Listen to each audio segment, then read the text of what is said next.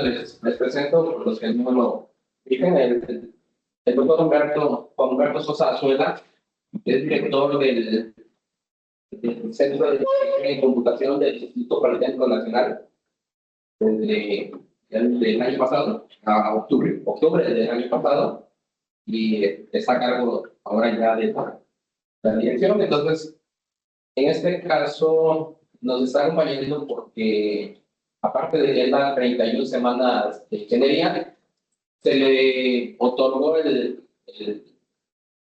la cátedra patrimonial que lleva su nombre.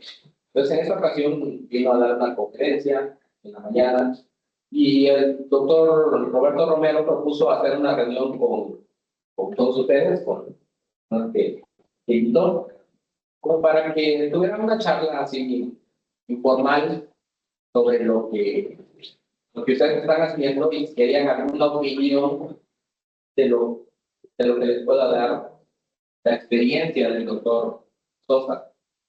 Entonces, la mayoría están estudiando doctorado, están haciendo algún proyecto, están trabajando en algo.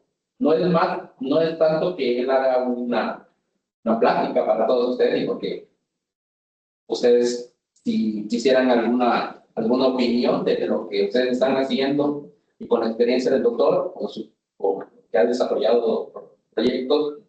El doctor es ni emérito, entonces ha tenido, pues, ya se imaginarán, muchos alumnos de doctorado, muchos compañeros de investigación. Entonces, si empezamos por un aplauso para el doctor.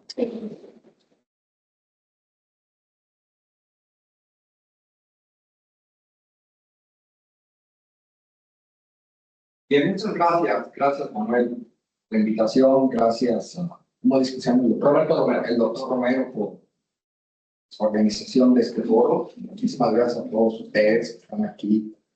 La mayoría estoy seguro que son estudiantes. Hay algunos profesores, investigadores.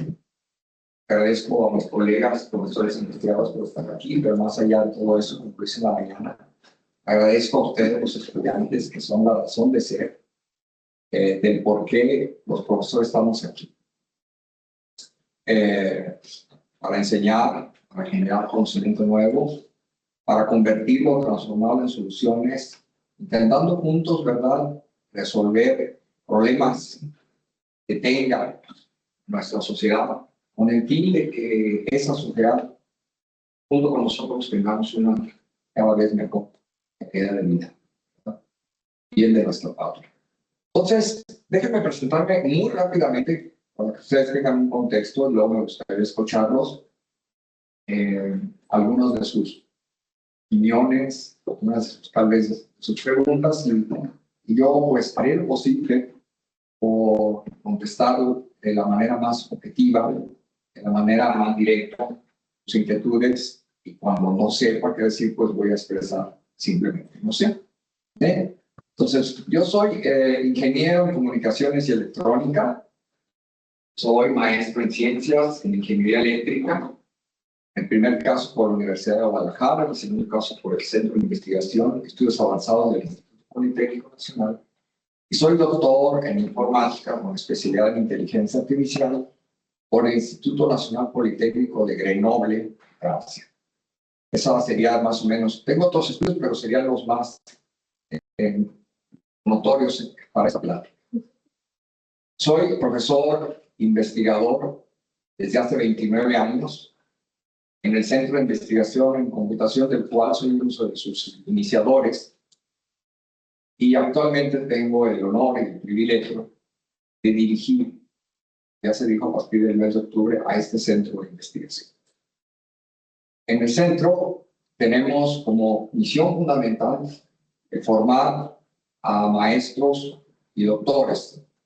Sin embargo, también incidimos sobre estudiantes de licenciatura o dirigiendo tesis, recibiendo representancia del programa de FIM, de la Academia Mexicana de Ciencias, realizan servicios sociales, prácticas profesionales. Y 6 programas son los que por el momento respaldan la formación. Una maestría en Ciencias de la Computación, una maestría en Ciencias en Ingeniería en ingeniería de cómputo, una maestría en ciencias, una maestría en tecnología, más bien, de inteligencia artificial y ciencia de datos, y un doctorado en ciencias de la computación, un doctorado en tecnología, inteligencia artificial y ciencia de datos, y un doctorado en diseño de sistemas robóticos y mecatrónicos. Entonces, si te fijan, el panorama es muy amplio. En todos estos, yo he participado como parte del grupo gestor. Tengo bastante experiencia en el diseño de programas de licenciatura y de posgrado. Entonces, es una de las cosas. Si ustedes necesitan un programa a la medida, en una cierta área, eso lo podemos hacer. Conjugar todas las materias que necesitan para formar a una persona en una dirección dada. O sea, como, digamos, agarrar un vector, ¿verdad? Y apuntarlo en la dirección que se quiere, que tenga una magnitud y una orientación. Y estamos en este momento preparando otros 3 programas más. Una maestría y después el doctorado en diseño de circuitos electrónicos e innovaciones semiconductores, una maestría en ciberseguridad y un doctorado en tecnología del espacio. Entonces, con eso, si se fijan, el abanico de posibilidades es tan amplio en ingeniería que cubre muchas de las necesidades presentes y futuras de nuestro país. Debemos de formar, por ejemplo, aquellos que van a diseñar los circuitos y por el momento se mandarán fabricar a China, que van a servir como circuitos, por ejemplo, en el marcapasos que yo traigo aquí. Este marcapasos que yo traigo aquí, que me permite vivir, es un instrumento que fue desarrollado en otro país. Y no tiene ninguna tecnología mexicana. Entonces, si yo quiero un circuito con esas especificaciones de ahí, necesito formar a la gente que pueda diseñar ese circuito. Y que después ese diseño se mande, por ejemplo, a Taiwán, a China, cualquiera de esos países que sí tienen la infraestructura, y probar y fabricar ese circuito y me lo regresa. ¿Qué es lo que buscamos en el futuro? Instalar una facilidad que me permita a mí no solo diseñar, sino también fabricar circuitos. Con eso, en el futuro, que yo espero que sea pronto, se espera tener una industria de fabricación de circuitos integrados de propósito específico. No general a nivel de microprocesadores. Ahí todo está muy lejos, pero sí, por ejemplo, controladores, circuitos de uso muy específico, como los que vienen en los marcapasos, en los teléfonos celulares, bla, bla, bla, bla. ¿No? O sea, hay muchísimos. En los vehículos hay montones de circuitos que hacen diferentes funciones. Y el otro, en tecnología de espacio, hay que formar a aquellos que en un futuro pues van a hacer diseño de microsatélites, después satélites de tamaño medio, satélites de mayor envergadura, lanzadores, ¿qué más les puedo decir? Vehículos de exploración, como rovers, instrumentación, vehículos humanoides que funcionen en condiciones con atmósferas diferentes, con gravedad diferente, que puedan, por ejemplo, terraformar un planeta. El hombre está conquistando a los planetas, no él mismo, sino de manera indirecta a través de máquinas. ¿Cuándo lo va a hacer? ¿Quién sabe? Faltan muchos años, a pesar de que ustedes saben que hay inversiones gigantescas, por ejemplo, por el señor Elon Musk. Él apenas está iniciando, muchos de sus ensayos no fallidos, porque no es fácil. Entonces el hombre va a conquistar un planeta primero con puros robots, y en un futuro va a poder establecer colonias. Eso es lo que se espera. ¿Cuándo? Pues dentro de 100, 200 años, no sé, pero es una realidad que va a ocurrir. Necesitamos diseñar a los robots de servicio que nos van a auxiliar en todas las tareas, que nos van a servir el café, que van a barrer, que van a trapear, etcétera, etcétera, etcétera, etcétera. Entonces, la primera función que hacemos en el centro es diseñar programas específicos para cubrir las necesidades particulares para formarlos a los profesionistas, en este caso maestros y doctores, que requiere el país. Segundo, en todas las áreas de la computación, desde las más fundamentales, que tienen que ver con la teoría de la computación, la complejidad de algoritmos, hasta las más actuales. ¿Cuáles son las más actuales? ¿Alguien me quiere decir? Inteligencia artificial, ¿verdad? Por ejemplo, inteligencia artificial generativa, los datos del lenguaje. Es de lo más actual, el cómputo cuántico, por ejemplo. Ese tipo de nuevas ramales de la ciencia de la computación no solo se enseñan, sino que también se hace investigación ahí en el centro. Entonces, ustedes pueden elegir desde una tesis completamente teórica hasta una tesis completamente práctica, en donde van a coger un algoritmo que ya existe o diseñar un algoritmo para cubrir una necesidad concreta. Y eso lo hacen ¿quiénes? Lo hacen los maestros en ciencias, en tecnología, de inteligencia artificial, ciencia de datos, los doctores en diseño de sistemas robóticos y mecatrónicos y aquellos doctores que también trabajan en inteligencia artificial y ciencia de datos. Ellos van a hacer estancias en empresas, hacen estancias en empresas y ahí resuelven un problema específico. No hacen un trabajo teórico, sino que conjugan un conjunto de técnicas para resolver un problema particular. Y entonces, pues son personas que saben el cómo, a lo mejor no descubren algo nuevo, una técnica nueva, pero son muy buenos combinando tecnologías, herramientas para resolver problemas concretos. Que son muy necesarios. Hoy en la mañana estuvimos en una empresa y descubrimos que eso es un semillero de problemas, ¿verdad, Manuel? En donde yo estoy seguro que ustedes, ya formados en el área de la mecatrónica, la ciencia de la computación, no lo sé, pueden ir y brindar soluciones con todo lo que cómo sintonizar un PID, cómo entrenar una red neuronal, una red neurodifusa, etcétera, como soluciones alternas. Ellos hacen muchos procesos manuales y casi todo eso pasa en todas las maquiladoras, por ejemplo, de la región. Hay muchos procesos manuales que pudieran ser automatizados. Entonces nosotros también hacemos diplomados a la medida. Por ejemplo, si alguien viene, yo necesito un diplomado en inteligencia artificial para los negocios. Se diseña ese diplomado. Y las personas que de una empresa vienen, toman ese diplomado, se les dan las herramientas que necesitan específicamente para eso y se regresan a su empresa. O necesitan un diplomado en ciberseguridad para hacer que los sistemas, por ejemplo, de Internet, las cosas sean seguros y sean de baja probabilidad de ser hackeados. ¿Ah? Por ejemplo, también se da eso.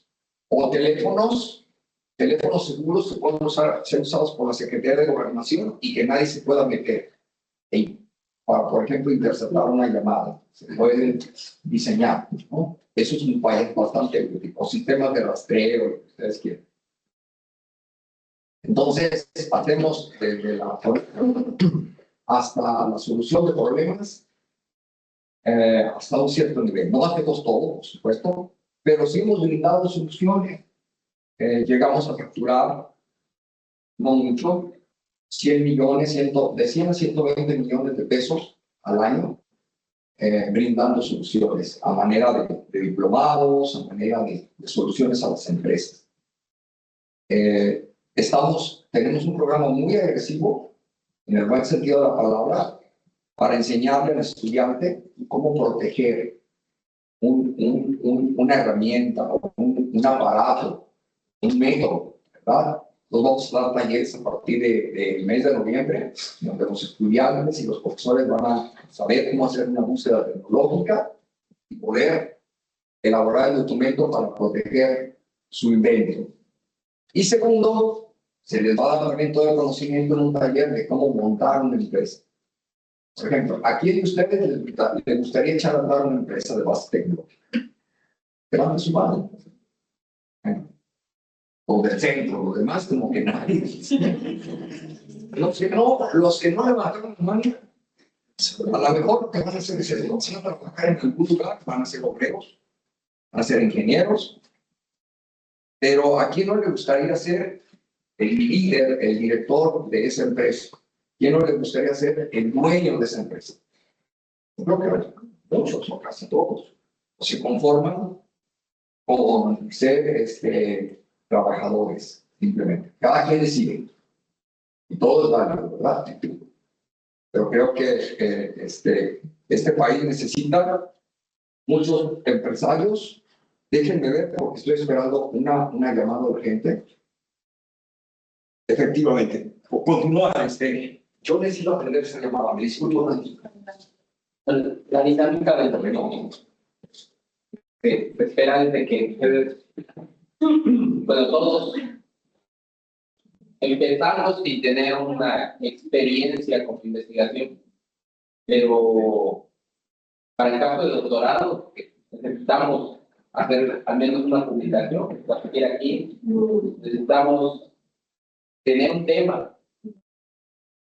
Y esos temas, ¿cómo se escoge? ¿Cómo ustedes definen cuál es el tema que sí les va a salvar un doctorado, por ejemplo? La vez pasada alguien me preguntaba de acá, ¿cómo escoge un tema de doctorado? La respuesta era, si ustedes encuentran una nueva forma de solucionar un problema,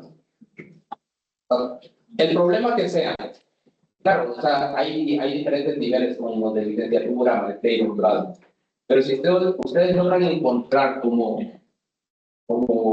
estudiantes de doctorado una nueva forma de solucionar un problema, ahí vienen ya el nicho de oportunidad.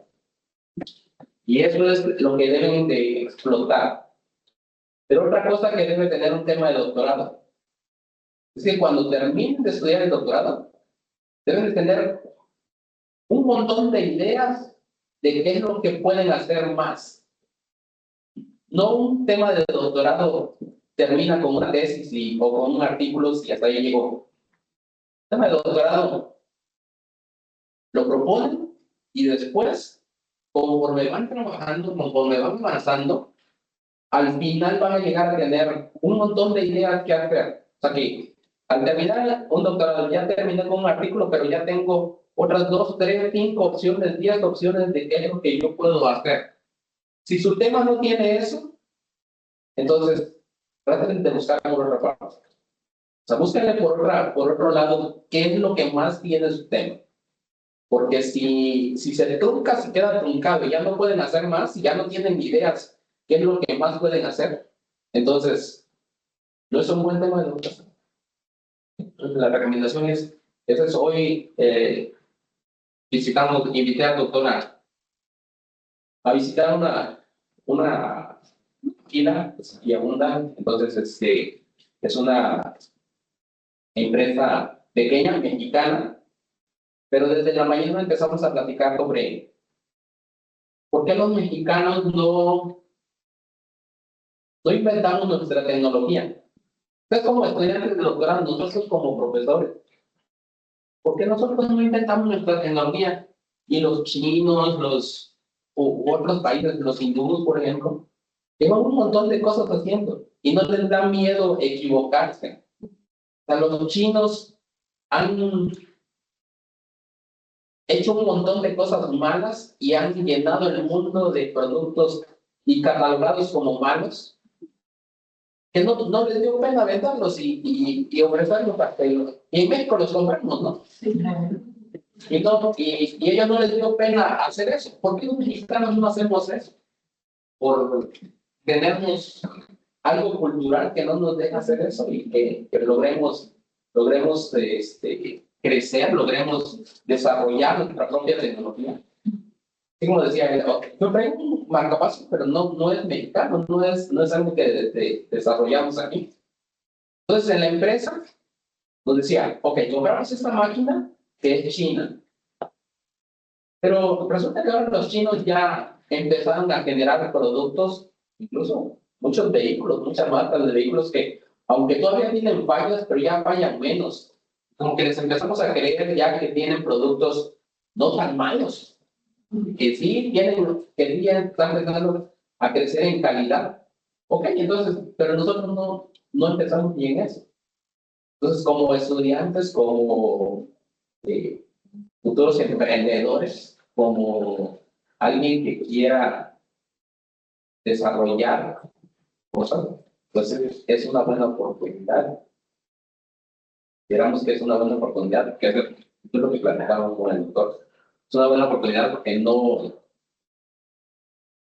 lo va a hacer nadie más, ¿no? O sea, no va a venir alguien y los va a impulsar. Sabemos que no es fácil hacer ese trabajo, porque si no, todo el mundo allá afuera fuera empresario, ¿no? O sea, todo el mundo afuera tuviera productos patentados y productos exitosos, pero en realidad tampoco lo hemos intentado, ¿no? O sea, no hemos impulsado esa parte.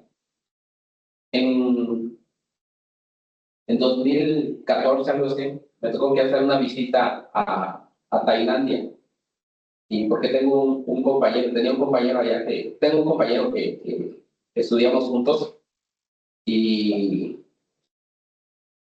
y los tailandeses, muy parecido a la cultura mexicana y les di una plática sobre algo que mi compañero manejaba mejor que yo. Para el tema, él lo manejaba mejor que yo, él lo dominaba más. Y yo les voy dando la plática porque se dio la oportunidad que me invitara y yo fui y les expliqué. Entonces, pues a la hora que terminó, pues me empezaron a saludar, pues, ¿no? Porque después de la plática era un gesto amable. Y me decían, oye, está muy interesante lo que estás proponiendo. Y lo único que les dije fue, ustedes aquí tienen al mejor en ese tema y no saben, no saben que lo tienen, no lo saben aprovechar. Nosotros también tenemos algo aquí entre todos los que vamos, entre los profesores. No se han dado la tarea de buscar qué es lo que hacen mejor los profesores que vienen. ¿Sabes? Es posible que no todos tengan cosas así muy llamativas, pero todos van a tener muchas cosas que en realidad valgan la pena.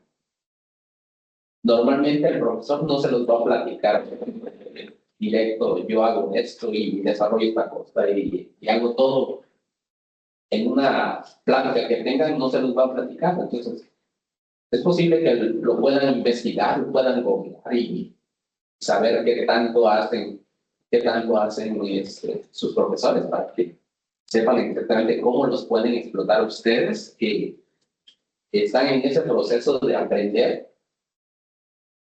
Aunque no sé si todos los que están en doctorado tengan exactamente claro qué es lo que tienen que aprender.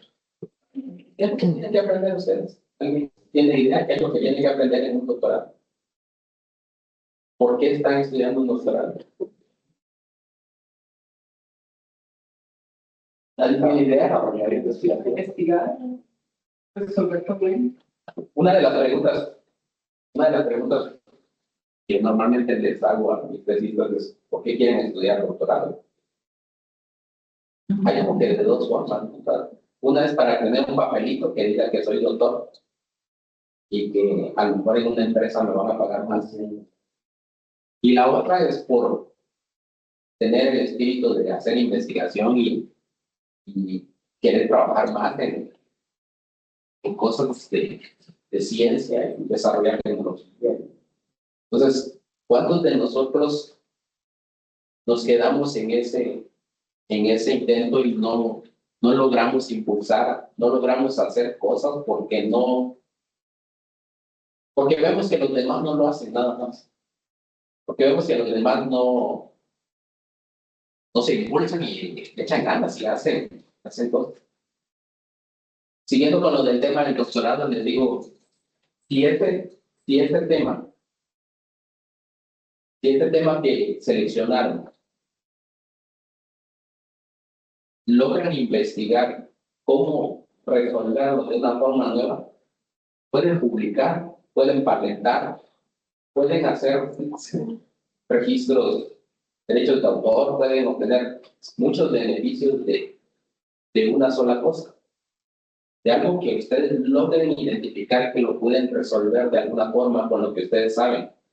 Puede que ya con los conocimientos que tienen de licenciatura, con los conocimientos que tienen de maestría, ya agarraron algo de experiencia y eso lograría lograrían tener ideas de cómo resolver un problema de una nueva forma.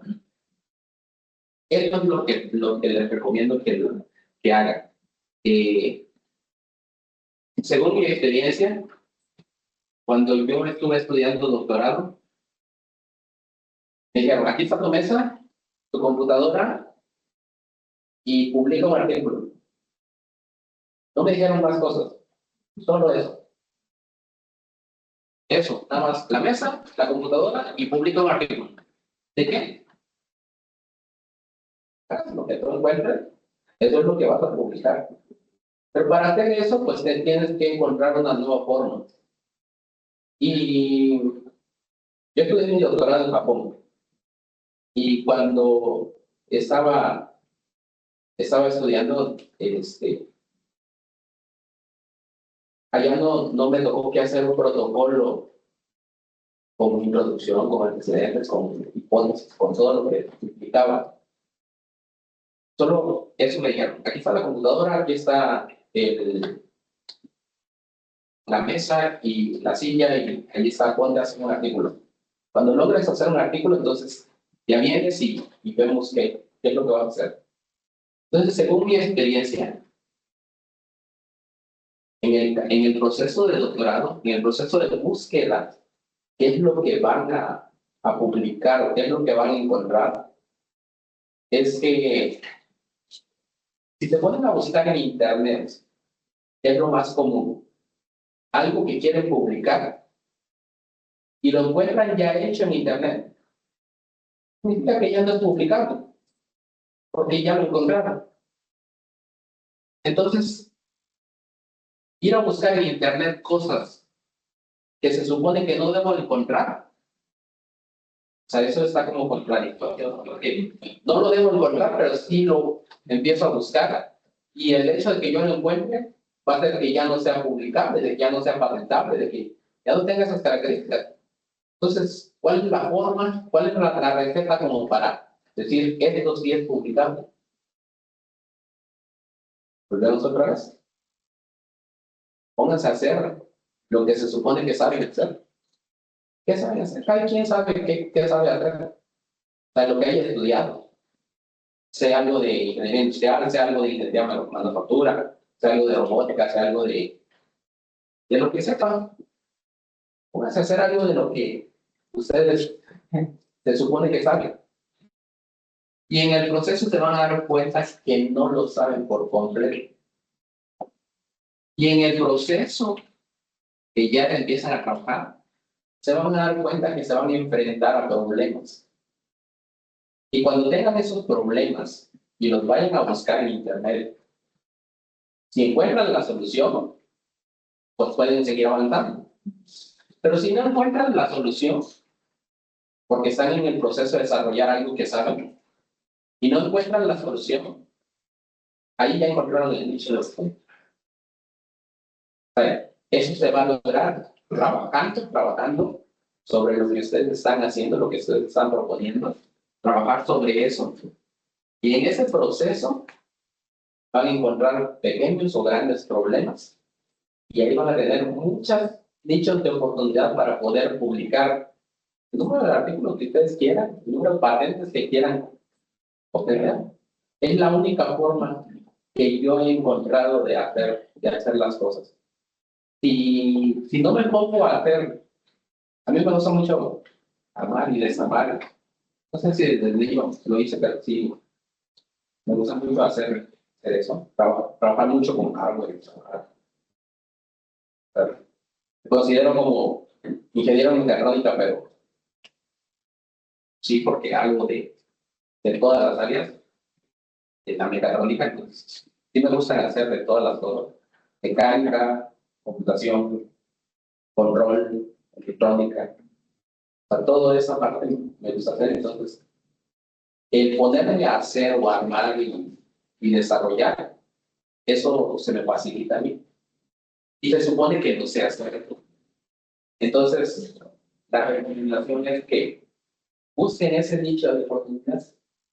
Y en ese nicho de oportunidades yo creo que van a encontrar la forma de hacer investigación, de hacer artículos, de hacer materias, de hacer cosas que los van a sacar, no solo del doctorado, sino que los van a sacar de lo que ustedes quieran llegar a desarrollar. ¿Me permites completar la idea? Adelante. Todo va con base en lo que ustedes quieren. Si ustedes quieren ser profesores, bueno, ahí. ¿Quieren ser investigadores? Ahí. ¿Quieren ser empresarios? Hay un camino. Todo depende. Ustedes son los que escogen, ¿verdad? Ustedes son los arquitectos, como diría alguien, de su destino. Ustedes son los que eligen. Y con base en ese objetivo, se lo fijan, lo ven allá enfrente y dicen, por ejemplo, yo quiero ser SNIEmérito. Por ejemplo, bueno, me pongo allá como SNIEmérito, veo hacia atrás y digo, ¿qué falta? Un montón de cosas. ¿Cuáles son los ingredientes principales para ser SNIEmérito? Mucho con esto. Y mucho sudor, mucho trabajo. Son años de trabajo. ¿Cuánto toma ser SNIEmérito más o menos? Es la más alta categoría. Unos 30 años. Entonces todo depende. Ahí esa carrera toma unos 30 años. ¿Por qué? ¿Por qué? Porque por reglamento se necesita tener 65 años de edad, se necesita ser SNI 3 y se necesita tener 30 años de servicio como profesor investigador. Eso es lo mínimo.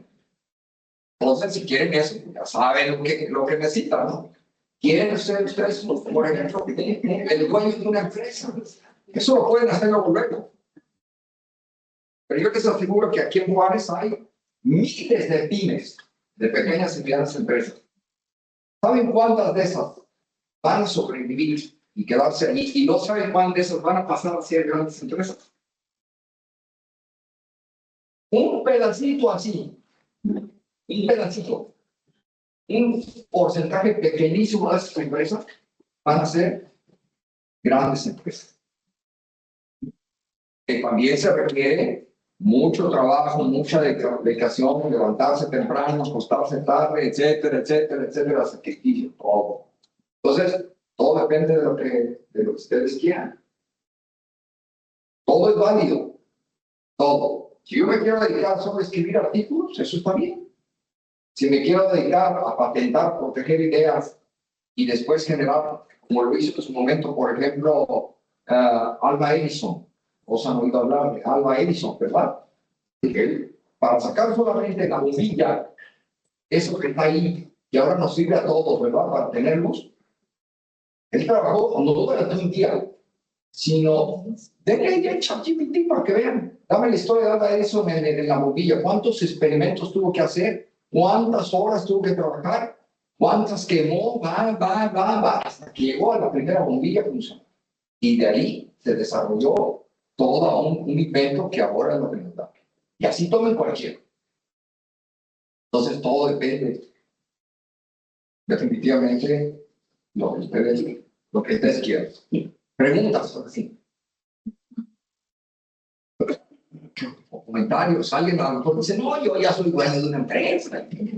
Yo soy director, y tengo todas las competencias. Por ejemplo, acuérdense que hay dos tipos de habilidades que tenemos, las duras y las suaves. ¿Quién ha oído ese término? Habilidades duras, las matemáticas, todas esas cosas, ¿no? Bien, estas son las que nos aseguran una entrevista. Todas que nos aseguran una entrevista. Pero son las suaves los que nos aseguran la contratación. Modo. Hay que saber y no tener miedo a hablar delante del público, hay que hablar en inglés, hay que vestirse como se debe, etcétera, etcétera, etcétera. Hay que saber tratar conflictos, trabajar en equipo, quién sabe qué. Hay que desarrollar esas habilidades. Esas habilidades se desarrollan. Si quieres aprender a cantar, canta. Si aprendes a bailar, baila.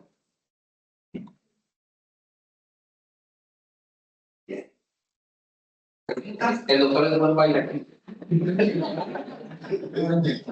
Ha sido maestro de... ¿De tango?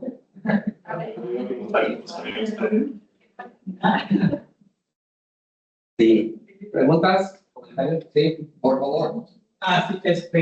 Sí, bueno, respetamos mucho de tecnología, sobre la protección intelectual, en base al proyecto que se ha tenido, como ¿qué es para proteger esa propiedad intelectual, la parte del software, de hardware, que se ha tenido, que nos puede dar como ideas o alguna experiencia que haya tenido con alguna patente que haya realizado? O sea, si es protegerla desde que uno concibe la idea, ya que tenga alguno más formado, protegerla desde el inicio. ¿Cuál es en su experiencia? ¿Qué ideas puede? Yo creo que Manuel y yo les podemos contar nuestra propia experiencia.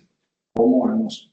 Yo quisiera que Manuel nos hablara. Él tiene bastantes patentes. Ahí tiene una que es la maestra prótesis perirrobótica. ¿Cómo lo obtuviste? ¿Qué tuviste que hacer, Manuel? El proceso de patentamiento, primero, aunque todos nos cuentan el mismo cuento, Sí. debe tener tres cosas. Debe tener novedad, debe tener inventiva y debe tener aplicación inclusiva. Cualquier patente, cualquier cosa que se vaya a patentar, debe tener eso. ¿Cómo es la novedad? Los términos a veces pueden ser confusos. ¿A qué se le llama novedad? Que no haya sido divulgado en al menos 18 meses anteriores a que sometan una solicitud de patente. Entonces no pueden, si ya pasó más de 18 meses y el revisor encontró alguna evidencia que ya se había divulgado antes, entonces ya no aplica, Ya no es innovador. ya no tiene novedad. Ya está el dominio público. ¿Verdad? Así es. La inventiva, una de las cosas que dicen todos los que explican, o muchos de los que explican sobre las patentes es, primero, no puedes proponer, no tiene inventiva hacer agua de azúcar, porque eso lleva agua y azúcar. Entonces no puedes patentar cosas obvias. Entonces, tiene que tener inventiva, y la inventiva es, volvemos otra vez a lo que les decía antes, encuentren una nueva forma de resolver un problema, y eso es inventiva. Nadie lo ha resuelto y ustedes encontraron una nueva forma. Mi primera patente tiene que ver con tengo 3 patentes otorgadas. Mi primera patente tiene que ver con un haz láser que proyecta dentro de una tubería. Y las formas obvias de resolver el problema es que yo agarre un apuntador láser y lo empiece a girar y me va a proyectar un anillo láser dentro de la tubería. Eso es obvio. Eso lo vi como obvio yo. Que agarre yo un apuntador láser, que ponga, le puedo poner un motor y el motor lo puedo poner a girar. Al final de cuentas veo un anillo láser. Algo obvio también es que yo ponga un cono tipo espejo, le proyecto un haz de láser en el pico y lo que va a llegar al cono es, se va a difractar hacia las paredes Las paredes y va a proyectar. Yo no lo hice de ninguna de esas formas. Yo hice en una varilla, proyecto un haz láser así y por casualidad se proyectó el anillo. No lo había pensado que podía pasar eso. Y al proyectarse el anillo alrededor de la tubería, es una nueva forma de resolver ese problema. Y lo que hice fue generar la solicitud y venderla. Y esta la sometí en 2015, me la otorgaron en 2020. El proceso del patentamiento toma más o menos como 5 años, 6 años, para que les otorguen el título. Entonces, La parte de, sí, ¿tiene algún costo generar los servicios? Sí tiene un costo, varía el costo si lo generas como una empresa, si lo generas dentro de una institución, o si lo generas como inventor independiente. O sea, más o menos si lo generas como inventor independiente y lo generas dentro de una institución, es el mismo costo, es al 50%, pero más o menos anda unos, bueno, no tengo idea ahorita, pero no pasa de 5,000 pesos. Es barato. Realmente es barato cuando lo haces a través de una institución, porque la institución te ayuda. Pero si tú tienes que pagar la búsqueda, entonces ahí es donde se incrementa. Pagas, por ejemplo, alguien que vive de eso, que te hace toda la búsqueda que hay relacionada con eso, entonces sí te puede elevar el precio a entre 30 a 50,000 pesos por patente. Y luego, ¿quién compra? ¿Cómo funciona? Perdón? ¿Quién las compra? ¿Cómo funciona? Bueno, ese es otro aspecto que vamos a hablar ahorita. O sea, uno es patentar. ¿Por qué patentar? Porque yo quiero proteger. Sí. Esa es la idea. Yo quiero proteger de que alguien más, al menos durante un periodo, en mi país o en los países donde yo lo proteja, pueda reproducir eso para fines de eso. Ese es el fin de la patente, solamente proteger, o del modelo de utilidad, lo que sea, la figura que sea. Comentaba que tiene que ser innovador. Entonces, en ese periodo que se espera la patente, pues no podría hacerse publicaciones ni artículos, ni difundirse esa investigación. ¿Sí? Sí. Pues a cierto punto, o sea, sería una limitante el hacer algo innovador y luego patentarlo. No, puedes publicar un artículo y si está dentro de los 18 meses, lo puedes patentar todavía. Sí, ok. Tú tienes 18 meses para sacar la patente o para sacar la patente y tantos artículos como quieras. O sea, mientras no vengas ese periodo, no rompes la innovación. Okay. Ese es lo que te marca el reglamento, la ley. ¿No? Un buen negocio sería someter la patente, publicarlo inmediatamente, tener ya listo la patente y el artículo. O, sí, ¿para qué? Yo le recomendaría meter hoy una solicitud de patente, mañana solicitar el artículo, para no tener que anotar en la patente que ya hay algo divulgado. Porque si lo sometiste un día antes el artículo, entonces tienes que anotar en la solicitud de patente que ya hay algo divulgado. Así es. Y lo recomendable es primero la patente y luego. Sí, para que así no tengas que anotar en la solicitud de patente el que ya hay algo divulgado. Así es. Entonces la recomendación es primero la solicitud de patente, un día, al otro día sometes tu artículo y ya no tienes que anotar en la solicitud de patente que ya divulgaste algo. Ya, si el revisor encontró que ya hay un artículo publicado porque va a tardar mucho tiempo en que salga la patente. Pero la fecha fue un día después. Sí, No hay problema. no hay ningún problema, aunque la patente se tarde 10 años. Sí. Por ejemplo, ahí tomando textualmente sus palabras, le lanzó el rayo, se iluminó. A lo mejor otra persona lo pudo haber hecho igual. Los 18 meses, nada más te aplican a lo que usted divulgue, o qué tal si otra persona lo divulgó, de todos modos te respeta. Todo. Hay derechos de prioridad. Sí. El derecho de prioridad es quién lo publicó primero. Y ahí ese es el punto. Si por alguna razón la otra persona también lo había metido antes, automáticamente uno sale De la probabilidad de que dos personas hagan un invento el mismo día, a la misma hora, etcétera, eso es casi, es muy improbable. Pero puede ser de tu mismo equipo. Sí, puede ser de tu mismo equipo. Ahora, la otra, vamos a suponer, trabajamos en algún lugar, nunca patentamos, tenemos 40 diferentes proyectos. Sí. Si la empresa nunca los patentó, ¿se pueden patentar? Si no hay nada divulgado, sí. Y no hay No nada, hay nada divulgado. nadie lo conoce. No tiene que haber ni una fotografía, ni un escrito, ni un reporte, nada. Nada que evidencie. Sí. Ni un resumen, nada que diga que ya está, que ya se dijo. Y, por ejemplo, a mí me hacen una entrevista, yo hablo a la televisión o lo que sea, eso ya es una evidencia, ¿no? Ya, y alguien en el control dice, eso ya no es innovador, porque si ya pasó del periodo, ¿no? Y la otra, Hay que cuidar, sí, que no abrir la boca, ¿no? y la otra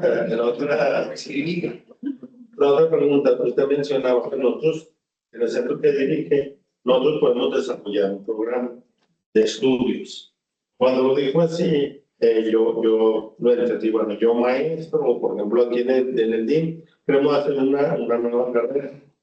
Entonces nos podemos acercar a ese centro y mira, queremos hacer esto, inteligencia artificial. Cuando menciona, si ustedes lo piden, ¿es eso o lo hacen exclusivamente? Y si no lo hacen exclusivamente, por ejemplo, yo tengo ahorita un profesor, hice una monita, esto, lo otro, pero no soy bueno en programación.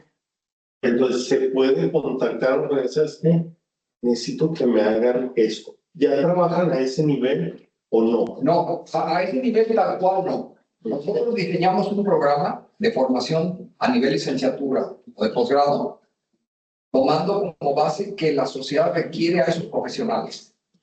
Por ejemplo, si la demanda de ingenieros en inteligencia artificial es digamos, 1000 por año, yo tengo que hacer un programa que me forme a 1000 por año, o junto con otras instituciones que tengan el mismo programa para cubrir esa necesidad. Esa es una. La otra, podemos ayudar a que otras instituciones con la experiencia que ya tenemos en crear, ¿verdad?, confeccionar programas de licenciatura y de posgrado, podemos ayudarles con la experiencia que ya tenemos a que ellos tengan su propio programa. O podemos establecer programas conjuntos. Por ejemplo, la CECITI, antiguo con la CIT. CECITI está integrando con la ayuda de nuestra experiencia de varias instituciones, la UNAM, el POLI, el TEC de Monterrey, etcétera, tanto instituciones públicas como privadas, estamos integrando un programa nacional, en donde un estudiante de cualquier estado de la República va a poder estudiar ese programa. ¿En dónde? En cualquiera de las instituciones que lo albergan.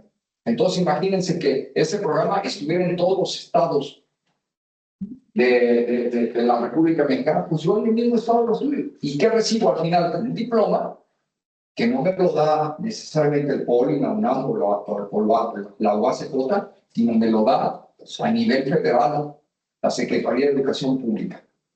Así funciona, por ejemplo, mucha de la educación en Francia. Francia otorga diplomas a nivel nacional y yo como investigador estoy reconocido en cualquier país de la Unión Europea, por ejemplo. De tal manera que si yo soy Tito, trabajo en Alemania, en Francia, eso. Aquí está. Esto me avala que yo soy investigador. Por ejemplo, en Francia, el CNRS es un centro que se encarga de eso. Yo puedo solicitar en cualquier universidad sin ningún problema. Aquí en México no tenemos eso. Entonces es bien difícil. Si yo quiero, no es lo mismo entrar al IPN, a la UAM, etcétera, a la UNAM, a la UASC, no es lo mismo. Cada una tiene su trato independiente.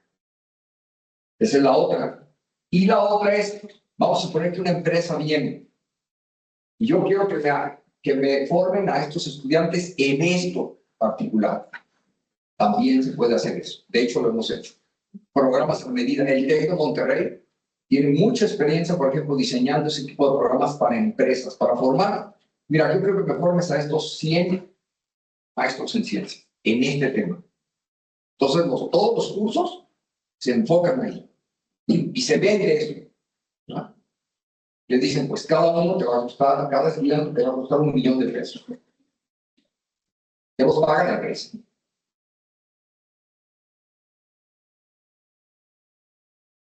Pero el otro punto, a ver, el otro punto que yo sí quería tocar. Si uno quiere patentar por patentar, en mi opinión, eso no. La patente es un medio, pero no es el fin. La patente solo me protege. Y si quiero que me siga protegiendo, tengo que estar pagando, ¿para qué? Y a un determinado tiempo, ¡pum!, ya se libera. Es como los medicamentos. La protección está a un cierto tiempo y después ya cualquiera puede producir ese medicamento igual. Si yo no quiero que durante ese tiempo nadie lo haga, pues pago para que se mantenga esa protección. Pero en mi opinión, ¿cuál es el objetivo de patentar? Tratar de que esa patente surja un producto comercial. Ese es el otro asunto, que es mucho más difícil. Usualmente, cuando nosotros obtenemos un invento, ese invento, un aparato, por ejemplo, el que ustedes quieran que yo invente, lo logro probar y funciona bien en un laboratorio. Pero el que ese aparato me funcione en la calle es otra cosa. Y que además tenga un bonito. A lo mejor yo puedo hacer un teléfono que funcione igual que este, pero va a ser un bonito. Pero que tenga una carcasa así de bonita, etc. Ese es otro cantar.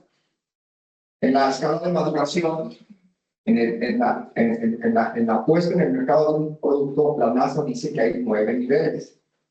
¿Vale? Usualmente las instituciones logramos llevar una idea hasta el nivel 4 de maduración, máximo 5.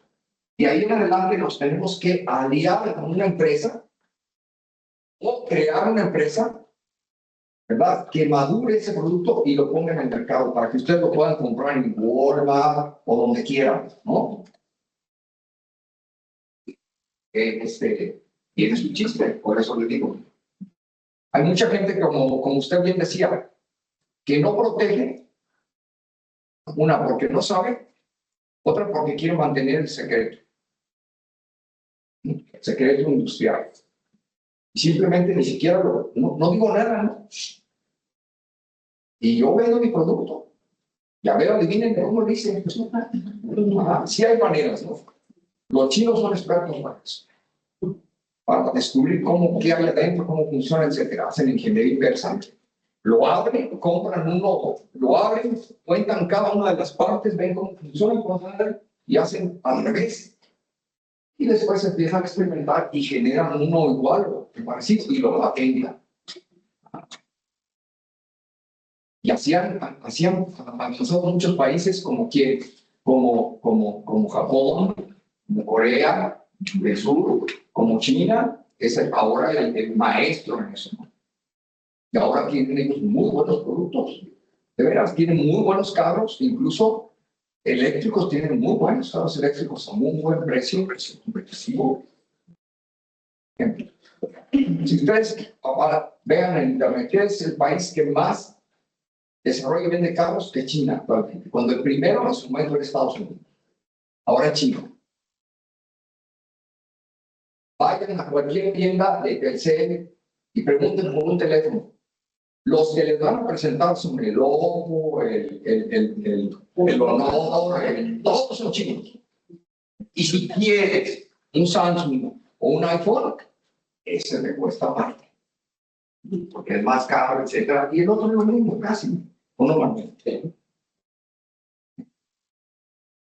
Los métodos de patente, métodos, pueden ser buena pregunta, ¿no? Sí, claro. El software no se patenta. Software no se puede. México no. México no. Y aparte, lo de precio es en México. Estados Unidos es más caro, mucho más caro. México, ustedes pueden hacer la patente, pueden meter la solicitud. Estados Unidos tiene que ser abogado, claro. Y eso les cuesta $1,000. Sí. Entonces, eso va a hacer una patente en Estados Unidos va a costar mucho dinero. Y al final el trabajo lo van a tener que hacer ustedes. En realidad no lo hace el abogado porque el técnico son ustedes. ¿No? Sí, entonces el método como tal sí se patenta. En México o en Estados Unidos se patenta el método. Si yo quiero patentar un software en México, lo convierto en un método. Sí, ese es un tip. Si alguien ve que el algoritmo, es el método. Si es un software, lo convierto en un método y lo patento como método. Entonces, sí, en México, bueno, no solo en México, en todos los países, se puede patentar en cualquier país. Puedes patentar método, dispositivo, que dentro del dispositivo puede entrar sistema, aparato. Puede ser método o dispositivo, o puede ser dispositivo y método juntos. ¿Sabes? O sea, puede ser por separado, o puede ser los dos juntos en una misma patente. El lado malo de las patentes. Lo que decía el doctor, la primera etapa, patentarlo, yo creo que es lo más fácil. Porque lleva su tiempo, lleva su trabajo. Y requiere conocimiento para poderlo hacer, porque difiere de cómo hacer un artículo. Es diferente de cómo hacer un artículo científico a cómo hacer una patente. Yo diría que es la parte más fácil del trabajo. Una patente, una solicitud de patente, como tal, no significa dinero. No significa nada hasta que tú pudieras hacer que esa patente se convierta en un producto y alguien te lo compre o tú lo puedas comercializar. Nada más. Si no pasa eso, en los académicos ocurre mucho. Solo llega hasta el patentamiento y no llega a la etapa de comercialización. La otra parte mala. Si tú lo patentas en México, solo te es válido en México. Así que alguien puede hacerlo en El Paso, lo puede fabricar, lo puede comercializar. Como tú hiciste tu patente y no tienes ningún problema legal. Lo mismo va a pasar de allá para acá también. Si alguien allá tiene una patente y no lo patentó en México, tú puedes agarrar la patente, puedes entrar al sitio, el USPTO es el sitio de Estados Unidos. Puedes entrar al USPTO y puedes buscar una patente y digo, esta patente está vigente y se ve jugoso el negocio con este producto. ¿Tienes aquí? No, no. Es como el himno nacional. Es el estilo. O sea, lo empiezas a fabricar en Juárez, no lo vayas a vender en El Paso porque si te meten en el país y te vendes un cabrón. Sí. Si lo vendes aquí, no tienes ningún problema. Te puedes hacer rico con eso. O sea, no tienes ningún problema. Entonces, pero lo mismo va a pasar así. Por eso, si tienes algo muy jugoso, algo que se vea a la vista que va a ser un buen producto, paténtalo.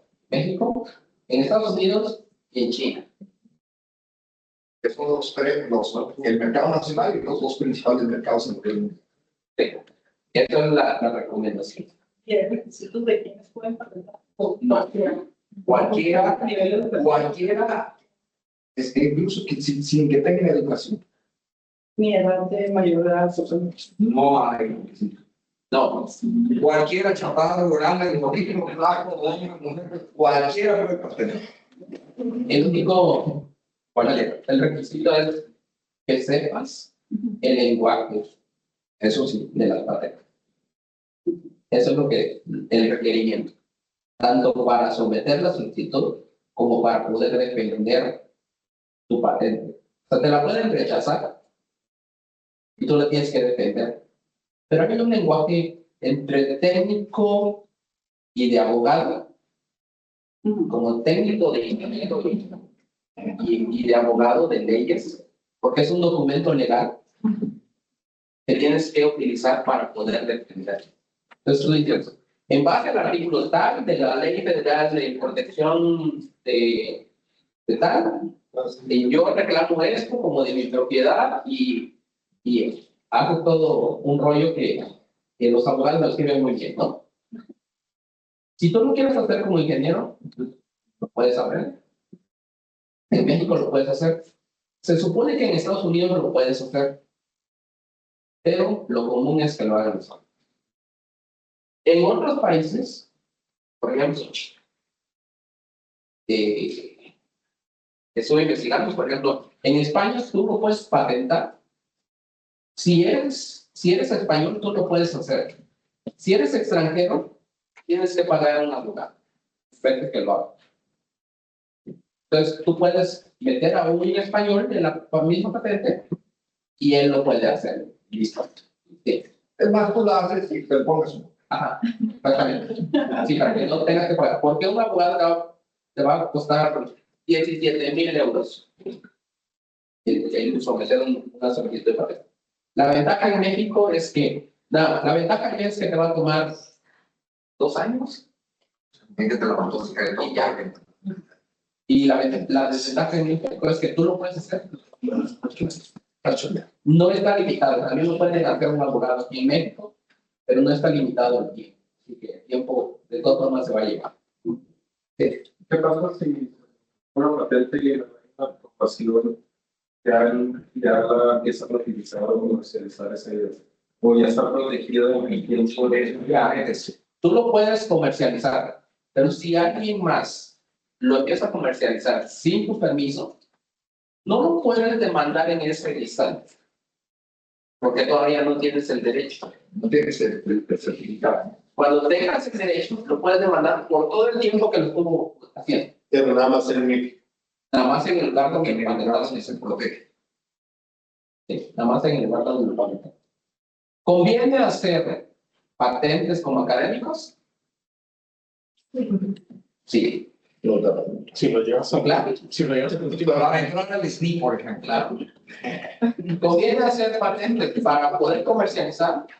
Por supuesto, o sea, eso es lo que todos esperaríamos hacer, llegar a hacer una patente con un producto que lo puedas comercializar y lo puedas vender y te haga rico. Hay muchos casos de éxito así también. ¿Cómo funciona? No abundan, así que caigan de los árboles, pero sí hay. Entonces, es igual como lo que les comentaba hace un rato. Poner un negocio no es tan fácil como para decir todos lo hacen y ya funciona, pero sí se puede hacer. Entonces, eso es lo que se debe hacer. Empezar, porque si no, uno no lo intenta, entonces no hay ni cómo empezar. Las patentes en México tienen que estar redactadas todas en español. Sí. Porque, por ejemplo, yo ahorita estoy haciendo una búsqueda en español. Todas tienen que estar en español. El sitio mexicano para buscar patentes se llama INPI-SIGA. Siga. Y todo de seguir. SIGA, con S-I-G-A. Siga en el día. ¿Ah? Y el sitio para someter la patente se llama PASE. Sí. Y en cualquier país hay una protección internacional. Es más cara, pero puede cubrir todos los países, por decirlo de alguna forma. Te cuesta más cara, la tienes que hacer en inglés, pero sí te puede proteger. Entonces, también eso existe. Y ofrecer un modelo de utilidad de la patente. El tiempo de protección, un modelo de utilidad y el rigor de revisión. ¿Se acuerdan que les dije que son 3 cosas? Novedad, inventiva y aplicación industrial. El rigor en el modelo de utilidad es menor en la parte inventiva. O sea, puedo sacar modelos de utilidad que tengan menos inventiva. Si tiene más inventiva, se va a patente. No automático, tú lo tienes que solicitar como patente. Y si tú analizas con tu experiencia o con la experiencia de alguien y te dice, lo que tú propones no te da para una patente, pero te da para un modelo de utilidad, entonces, pues te da la protección por 10 años y una patente por 20 años, siempre y cuando pagues el mantenimiento por el tiempo. Pero igual se puede hacer un modelo que le da lo mismo de hoy. Todos hacer más métodos. Sí, aplica casi para lo mismo, pero nada más la diferencia es el rigor del nivel de inventiva. Por ponerte un ejemplo, yo agarro un diseño, un mecanismo muy complejo y puedo decir, pues esto sí puede ser puede llegar a una patente. Diseño nada más a lo mejor solo la carcasa y solo alguna modificación de algo ya diseñado, una modificación, y puede llegar a ser, que tenga funcionalidad, puede llegar a ser modelo de utilidad. Si solo es la figura, no puede llegar a ser modelo de utilidad, se queda en diseño industrial. O sea, ¿qué es un diseño industrial? Es que ¿has visto todas las formas de escribir Coca-Cola con los diferentes tipos de letras? Tipografías. Todos esos son diseños industriales. Están protegidos. Están protegidos, sí. Ahora, si ya tiene funcionalidad, ya puede llegar a ser modelo de utilidad y puede llegar a ser patente. Pero no lo define ahí, no, o sea, si uno lo registra, no te dicen, este te da para una patente, o este te da para un modelo. No, y es un mito, pero es posible que pase que si te diste la patente, pero no te lo aceptaron, es posible que te lo aceptaran como modelo de utilidad, pero no está publicado. Hay algo que te diga, sí es cierto, lo puedo tomar como verdadero y el doctor no me contigo y ya, no. Pero sí podría aplicar. De que no le supe medir el agua de los tamales, entonces la metí como patente, pero resultó que no está tan bueno como pensaba. Entonces después como que podría negociar con alguien que hace el modelo de tiempo. O mejor le aplico al modelo de engaño. Porque más o menos ¿cómo puedo determinar? Revisando todas las cosas. Tienes que haber hecho una revisión y decir, ok, esto sí es patente, esto es un modelo de utilidad, ya en la revisión que hagas, puedes ir viendo qué tanto es el nivel en el área que se van a patentar. Sí, allá hay una... Una pregunta ajena a los patentes para el Sí, adelante. ¿Hay en el centro de investigación de computación la oportunidad de estancia de poder hacer por doctorado para... No, Por supuesto, estancias es muy fácil, un postdoctorado es un poco más complicado porque hay que hacer la solicitud, ¿vale? Se hace la solicitud, se firma, se evalúa si el proyecto es pertinente de acuerdo al criterio del evaluador, entonces aprueba y a partir de la fecha que se determine, ahí el estudiante que va a hacer el postdoc, por ejemplo, pues recibe un salario. Que lo da, en este caso, es un salario beca, que no conlleva responsabilidades de un trabajador, genera derechos, etc. Pero el estudiante tiene que estar ahí, es como una especie de trabajador en el que paga y es el asesino. Todas las dos funcionan bastante bien. Nosotros mandamos muchos de nuestros estudiantes, fácilmente un 20% de los estudiantes, aún más. El 50% de los estudiantes te van a hacer una estancia a nivel nacional o en el extranjero. Y tenemos una dirección que es la de REI, que financia eso. Se le aprueba, la de REI le paga el boleto de avión y le paga un dinero para que haya viva, que complementa su beca. ¿Sí? Entonces, si aquí viene por decir algo, con 20,000 pesos y allá necesita 30,000, yo le doy los 10,000 como dirección, ¿no? del instituto, para que pueda rentar, comer, etc. Eso lo tenemos ya normado en el instituto. De allá para acá, pues no sé qué funciona. Pero la estancia postdoctoral es bien sencilla porque el que paga es un tercero. Yo, por ejemplo, ahorita tengo 2 postdocs. Ya están acabando y ya tengo otras 2 solicitudes. Ya son doctores, ya están formados, nada más se van a especializar y a resolver un problema concreto. Todos. ¿Qué más? Permítame, porque no vuelvo a preguntar. ¿Cuál es tu experiencia y ahora sí lo que estoy ahorita? Bueno, supongo que usted se aseguró. sabe lo que es el ángulo de contacto cuando hablamos de superficies superhidrofóbicas. Si yo encontré, o creo que encontré un método diferente para hacer la medición, entra como patente, aunque sea nada más el método. Sí. A ver, te voy a dar un ejemplo. Sí. ¿Cómo determinas el peso de un bat de béisbol? El método De la balanza. es lo obvio. Innovador, un método innovador para evaluar el peso. ¿Qué propuso el investigador? Puso en una superficie contrastante. Cámara, le tomó una foto calibrada, ¿sale? Le dice de qué material está hecho al sistema, que es un programita que tiene unas cuantas líneas, y midiendo con la cámara calibrada, dice que el bat pesa tanto. ¿Es innovador? Sí. ¿Es una tarugada? También. ¿Es innovador? Es lo que yo pensaba. Bueno, es que si se Pero se le otorgó la patente.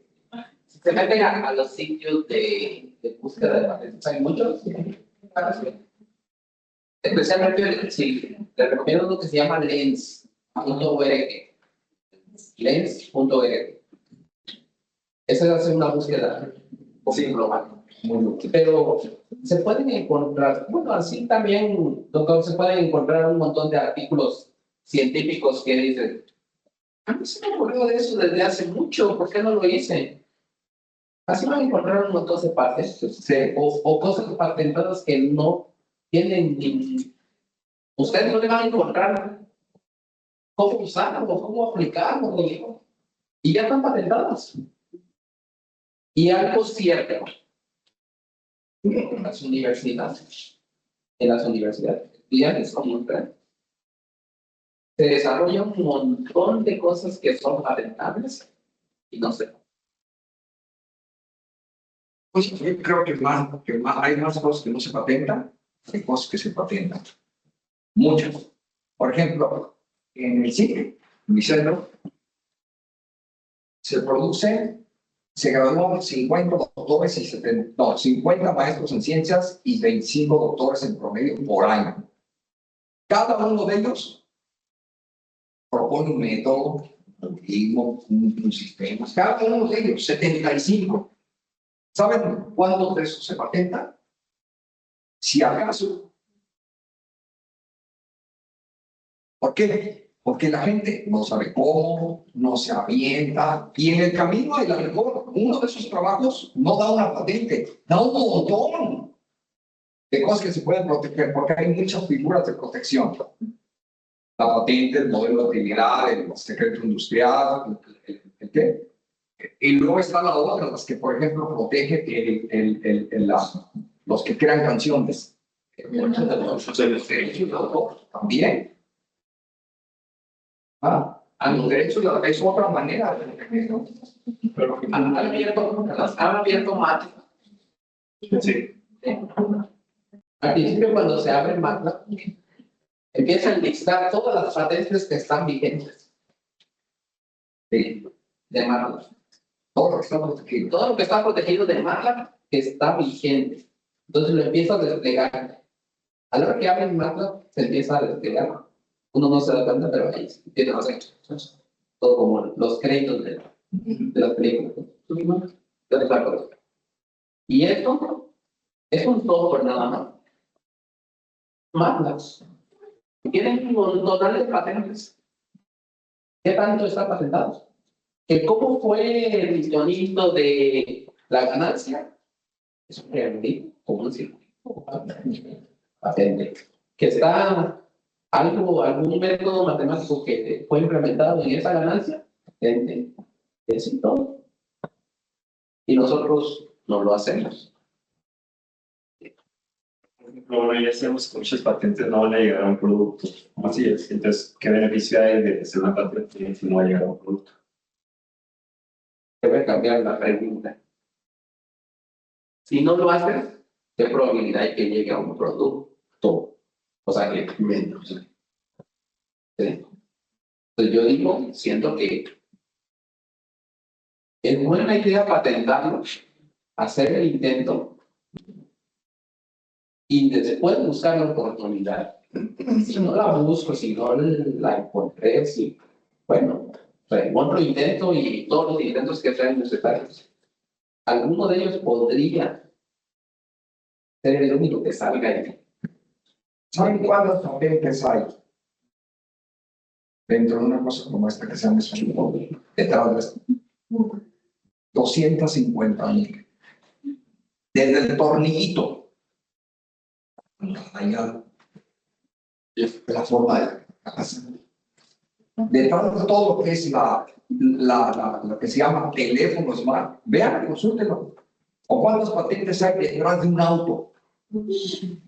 Miles de patentes. Miles. Para que al final terminen en un auto. O sea, normalmente un producto grandote es la conjugación de un montón de patentes. ¿Ustedes conocen algún producto que haya sido patentado y haya sido exitoso? Eso conocer. ¿O cuál? No, de eso conocer. No, o sea, no, muchas cosas no están ni patentadas. No. Por ejemplo, a lo mejor esta botella ni siquiera está patentada. Muchas sí están patentadas. Sí, muchas están patentadas. No, lo dicen, hay una Pero en Estados Unidos hay una norma, dice patente tal, con un numerito, o dice patente pending. Pendiente, no de otorgamiento. Hay una patente en la Ciudad de México de la tapa del garrafón. La tapa del cartón. De la tapa del garrafón. Entonces, ¿cuántas tapas de garrafón se utilizan? Nada más en la Ciudad de México, o sea, ya no lo digo en todo México. De una tapa del garrafón. Entonces, eso es una patente exitosa. La historia es que el que lo patentó, hubo otro que sacó el diseño industrial.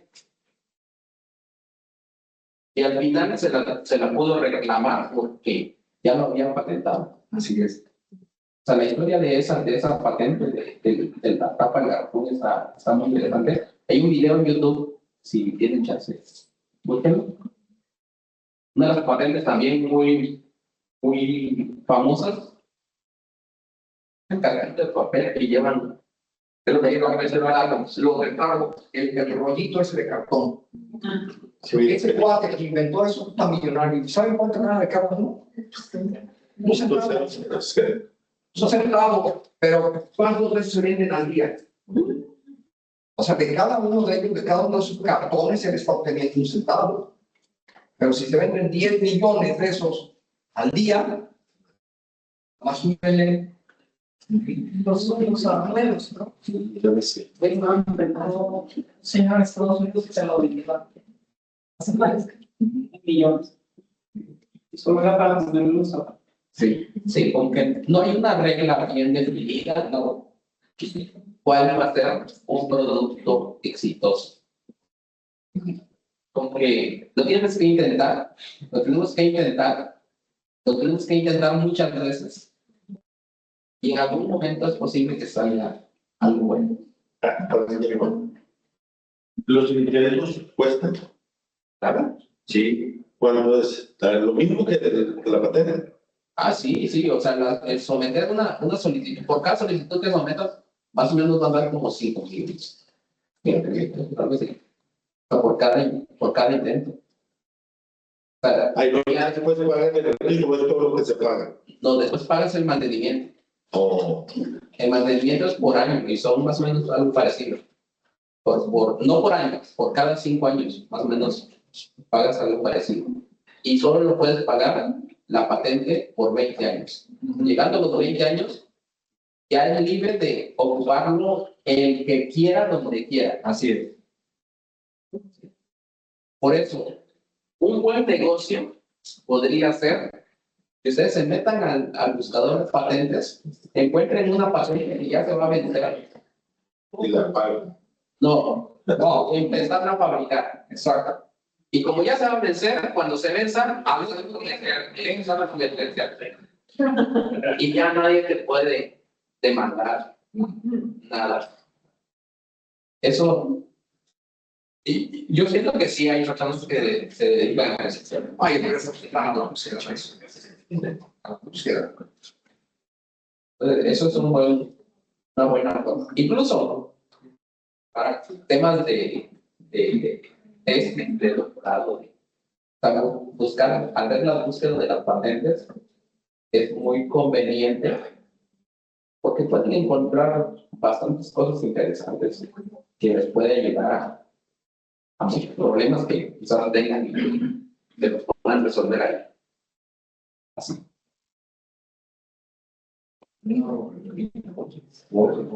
¿Comentarios? ¿Algún otro comentario valioso? ¿Pregunta? Yo sé que nos podemos pasar aquí horas y queremos respetar también su valioso tiempo.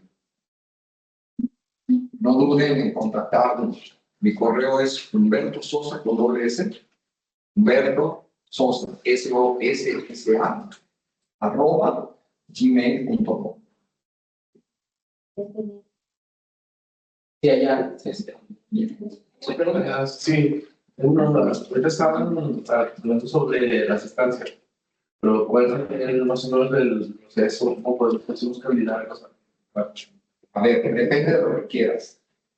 Por ejemplo, a mí me escribes una solicitud como profesor o como director y yo la turno a la subdirección correspondiente. Usualmente es la académica y el académico les habla el proceso. Eso ya está automatizado, él ya sabe cuál es el protocolo a seguir.